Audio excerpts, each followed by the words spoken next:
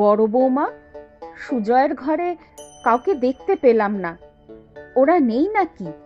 না মা, ওরা কেউ নেই। আজকে ওরা একটু তাড়াতাড়ি বেরিয়ে গেছে। বলছিল কি কাজ আছে, একেবারে রাতে ফিরবে। তার মানে তো ওরা না খেয়েই বেরিয়ে গেছে। সত্যি ওরা দুটিতে সংসারের জন্য প্রাণ দিয়ে খেটে চলেছে, খাওয়ার সময়ও পায় না। না মা, আসলে কাল রাতে শুতে শুতে একটু দেরি হয়ে গেছে বলে ভোরে উঠতে পারিনি। ঘুম থেকে উঠে দেখি ওরা বেরোচ্ছে মা। আমি জিজ্ঞেস করেছিলাম চা খাওয়ার জন্য, কিন্তু ওদের তাড়া ছিল। কাল থেকে আর একটু ভোরে উঠো বড় বৌমা। তুমি একা হাতে সব না পারলে আমাকেও ডেকে নিও। না মা, আপনি চিন্তা করবেন না, কাল থেকে আমি আরও ভোরে উঠব। সত্যিই তো, সুজয় আর নীলুর জন্যই তো আমাদের সংসারটা চলছে। ওদের একটু যত্ন না করলে চলবে কি করে মা? রাতে কখন আসবে কিছু বলে গেছে ওরা? তাহলে মনে করে ওদের জন্য কিছু খাবার বানিয়ে রেখো বৌমা। হ্যাঁ মা, এখন আপনি ঘরে গিয়ে বিশ্রাম নিন, আমি আপনার ঘরে খাবার দিয়ে আসব। হ্যাঁ যাই, হাঁটুর ব্যথার জন্য বেশিক্ষণ দাঁড়িয়ে কাজ করতে পারি না। আমি আপনাকে একটু পরে রসুন তেল গরম করে মালিশ করে দেব, আপনার ভালো লাগবে, দেখবেন মা।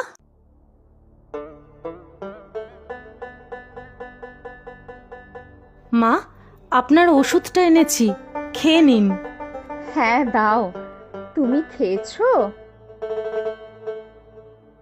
হ্যাঁ মা, আমি খেয়ে নিয়েছি। আপনার পায়ের ব্যথাটা এখন কেমন আছে? রসুন তেলটা লাগানোর পর একটু আরাম লাগছে। সত্যি তোমার হাতে জাদু আছে বৌমা।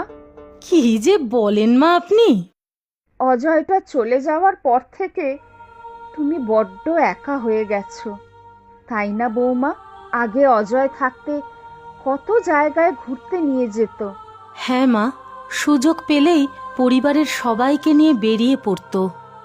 তখনও সুজয়টার বিয়ে হয়নি। সুজয়ের বিয়ের 4 মাস পরেই অজয় আমাদের সবাইকে ছেড়ে চলে গেল। সেই থেকে সুজয় আর নীলুর সংসারের হাল ধরা শুরু। ওরা না থাকলে তো আমি ভেসে যেতাম হয়তো মা। সবই নিয়তি আমাদের। ছোট বৌমাও যে সব এত তাড়াতাড়ি মানিয়ে নিয়ে আমাদের সাথে একসাথে থেকে যেতে পারবে, সেটা আমি ভাবতেই পারিনি। তা না হলে যে কি হতো।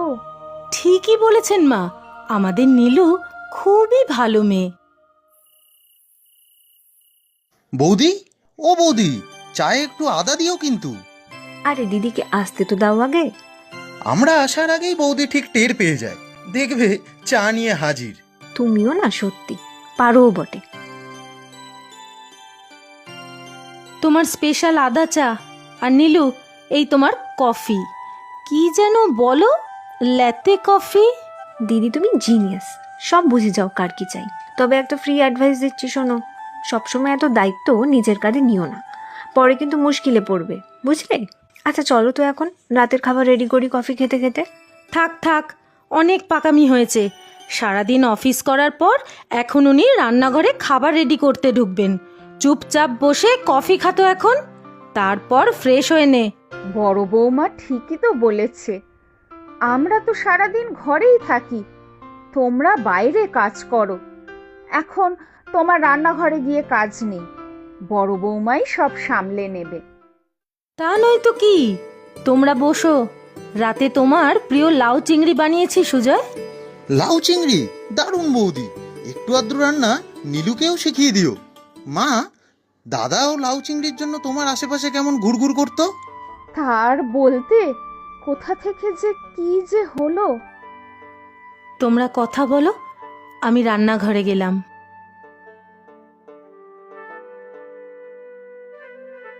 তুমি দাদা ভাইয়ের কথা না তুললেই পারতে দিদির সামনে, দেখলে তো কেমন আপসেট হয়ে গেল। ইস, আমি একদম বুঝতে পারিনি। আচ্ছা, আমি বৌদিকে ঠিক মানিয়ে নেব। চলো চলো, ফ্রেশ হয়ে খেতে যাই, না হলে বৌদির আবার খাবার নিয়ে বসে থাকতে হবে। কোথায় যাওয়া হচ্ছে বড় বউ? বাজারে নাকি? আরে পিসি, আপনি কেমন আছেন? এই চলে যাচ্ছে। বয়স তো হয়েছে। তা তোমার খবর কি বড় বউ? ভালোই আছি। একদিন আসবেন আমাদের বাড়িতে, সবার ভালো লাগবে, মাও খুব খুশি হবেন। সে একদিন যাব না হয়। তা বাইরের বাজার হাট দোকানপাট সব কি তুমিই করো বৌমা? হ্যাঁ, আমিই করি। কেন? না, বাড়ির ছোট ছেলে ছোট বৌমা বাড়ির সব কাজের বোঝা কি তোমার হাতে ছেড়ে দিয়ে নিশ্চিন্তে আছে নাকি? মাথার ওপর স্বামীর ছত্রছায়া না থাকলে এমনটি হয়। এইসব কি বলছেন আপনি? বাড়ির সবাই আমার খুব আপন। সুজয়, নীলু, মা সবাই আমাকে খুব ভালোবাসে, যত্ন করে। চোখে ঢুলি পরিয়ে রেখেছে বুঝলে? চোখের ওপর থেকে কালো পট্টি সরাও বড় বউ। সময় থাকতে থাকতে নিজেরটা বুঝে নাও, পরে সব হাতছাড়া হয়ে যাবে তোমার এই ভালো মানুষির কারণে। সংসারের বোঝাই টেনে যাবে কলুর বলদের মতো। কি বলছেন আপনি? তবে আর বলছে কি, চুল তো এমনি এমনি পাকেনি আমার। এই দুনিয়া চেনা আমার। তোমাকে কাজের লোকের মতো খাটিয়ে নেবে, তারপর তোমার প্রয়োজন ফুরালে আর চিনবে না। দেখো, সম্পত্তি থেকেও বেদখল করে দেবে তোমার দেওর আর দেওরের বউ। তখন তোমার শাশুড়িও কিচ্ছুটি করতে পারবে না। আর সেও বা আর কতদিন? একটু ভেবে দেখো। আচ্ছা, আমি ভেবে দেখব পিসি। আমার দেরি হয়ে যাচ্ছে, পরে আবার বাজার পাবো না। হ্যাঁ যাও, নিজের ভালো তো পাগলেও বোঝে। মনে রেখো আমার কথাটা।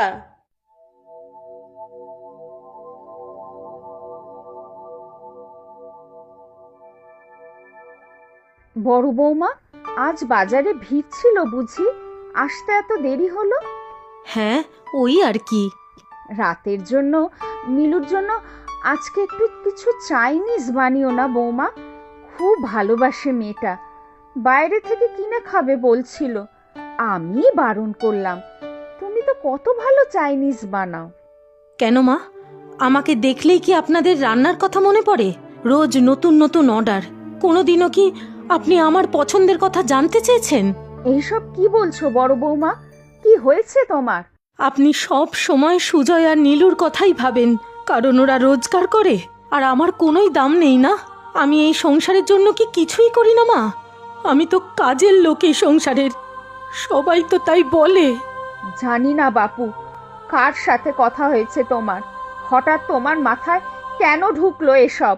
সুজয়, নীলু, তুমি সবাই এক আমার কাছে। আমি আর কিছু বলবো না, যা ভালো বোঝো করো তুমি।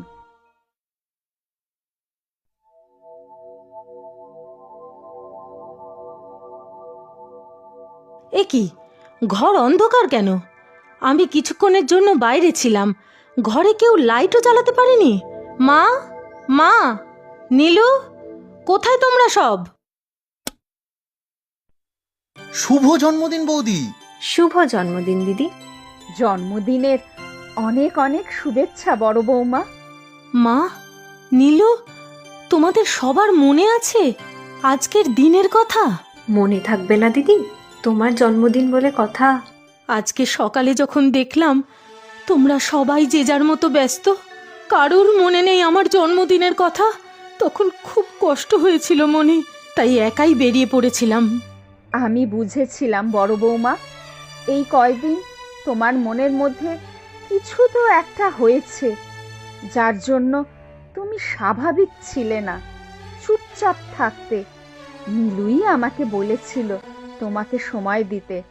আর আজকের প্ল্যানটা পুরোটাই নীলু সুজয়ের। বৌদি, দাদা থাকলে ঠিক এমনভাবেই তোমাকে সারপ্রাইজ দিত, তাই না? তুমি আমাদের কাছে অনেক প্রিয়, অনেক আপন। তোমার প্রয়োজন কোনোদিনও আমাদের কাছে ফুরবে না দিদি। তুমি আছো বলেই তো আমরা দুজনে বাইরে শান্তিতে কাজ করতে পারি। তুমি শুধু দিদি ভাই না, তুমি তো আমার আরেক মা। টাকা রোজগার করে সংসার সামলানো আর ঘরে থেকে সংসার সামলানো দুটোরই সমান গুরুত্ব বড় বৌমা। আর কখনো এই নিয়ে মন খারাপ করবে না। আমাকে ক্ষমা করে দাও তোমরা। আমি হঠাৎ করে নিজেকে নিয়ে স্বার্থপরের মতো ভাবতে শুরু করেছিলাম, খুব ছোট মনের হয়ে গিয়েছিলাম। আমাকে তোমরা ক্ষমা করে দাও, ক্ষমা করে দাও। জন্মদিনে আবার কান্নাকাটি কেন? বৌদি, আজকে নীলু তোমাকে সারপ্রাইজ দেওয়ার জন্য রান্না করেছে, বুঝলে? এখনই খেয়ে দেখো খাওয়া যাচ্ছে কিনা, না হলে আবার অর্ডার করতে হবে। দেখেছো দিদি, তোমার দেওর কেমন খাপাচ্ছে আমাকে? আমি ভিডিও দেখে রান্না করেছি গো, তুমি চেখে দেখো, মাও সাহায্য করেছে। বাইরের লোকের কথা শুনে আমি তোমাদের ভুল বুঝেছি। তোমরাই আমার আপনজন।